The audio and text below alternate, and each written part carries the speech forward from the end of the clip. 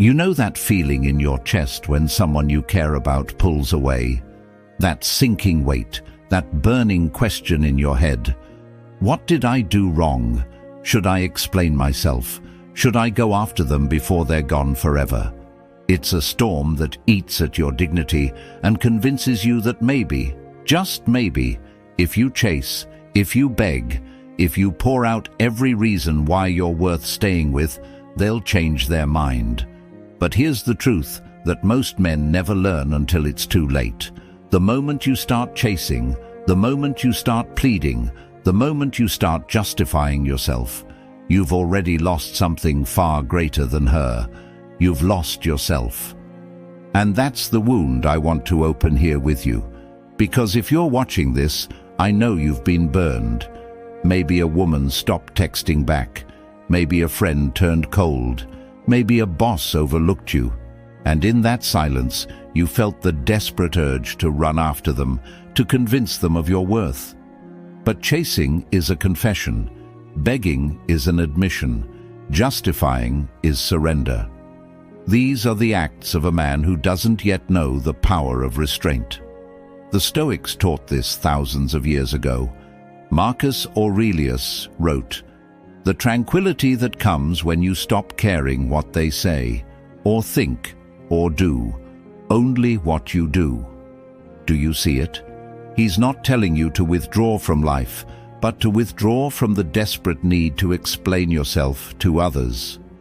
Your worth is not determined by how well you can convince them to stay. Your worth is proven in silence, in composure, in the unshaken way you walk away from those who cannot see it. Think about this clearly. When you chase, what are you really saying? You're saying, "You are above me. I need you more than you need me." You hand them the crown. You place yourself at their feet. And in that instant, the balance of power tilts, and respect is gone. Attraction dies not in rejection, but in desperation. And a man who chases is a man who trades dignity for a moment of attention. When you beg, what are you admitting? That your life depends on another's validation. That without their approval, you are incomplete.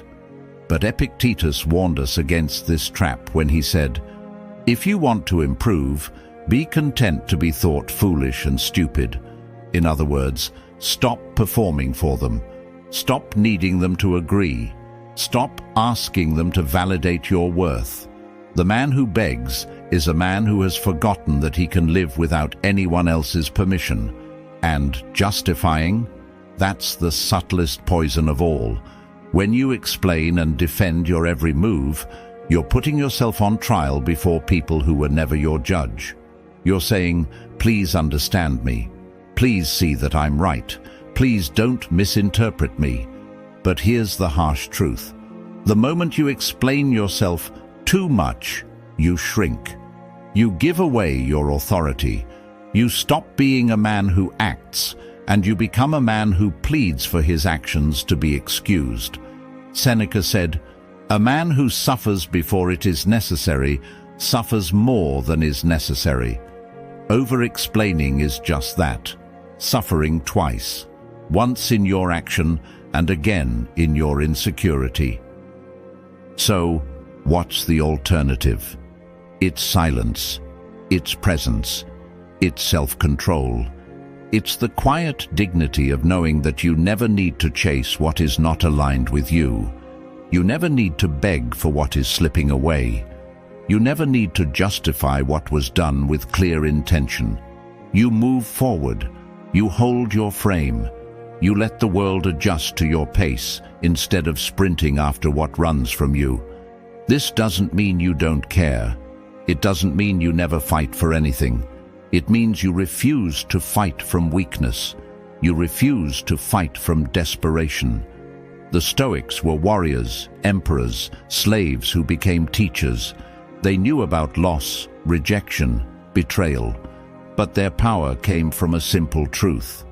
What is not in your control should never own your peace. If someone leaves, let them. If someone misunderstands, let them. If someone tests your silence with distance, hold it longer than they can. The man who does not chase is the man they cannot stop thinking about. You must train yourself for this, not just in dating, but in every part of your life. With women, with work, with friends, with family. When you feel that panic rise up, I need to say something, I need to explain, I need to close this gap. Stop, breathe, ask yourself, am I about to give away my power? If the answer is yes, choose silence, choose composure, choose the discipline of walking away without turning back. It will feel unbearable at first. The silence will scream, the distance will ache, but that pain is the fire that forges your strength. Every time you resist the urge to chase, you grow sharper. Every time you refuse to beg, you grow taller. Every time you stop yourself from justifying, you become heavier, steadier, more grounded. You become the man whose value speaks in presence, not in pleading. And here's the paradox. The moment you stop chasing, the world begins chasing you. The moment you stop begging, people begin offering.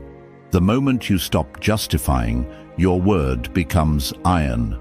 Because nothing is more magnetic than a man who does not need to explain why he exists. Marcus Aurelius said, "Waste no more time arguing what a good man should be. Be one." That is the call. Stop arguing. Stop explaining. Stop pleading. Be the man who holds the frame. Be the man who knows his worth. Be the man who understands that life is not about convincing others to stay. It's about building a self so strong that even if they leave, you remain unbroken. So the next time you feel that urge to send the long message, to pour out the reasons, to chase after what's slipping away, stop. Sit with the discomfort. Hold your silence like a sword. Let your actions, not your explanations, reveal your worth. Never chase, never beg, never justify. That's how you win. That's how you reclaim yourself. That's how you become untouchable. And if this message struck something in you, if it reminded you of the man you know you can be, I want you to sit with it. Reflect on it. Tell me in the comments what part hit you hardest, what you've struggled with, and what you're ready to change. And if you want more wisdom like this, more truths that cut deep and build stronger men, subscribe. Stay with me. We're just getting started.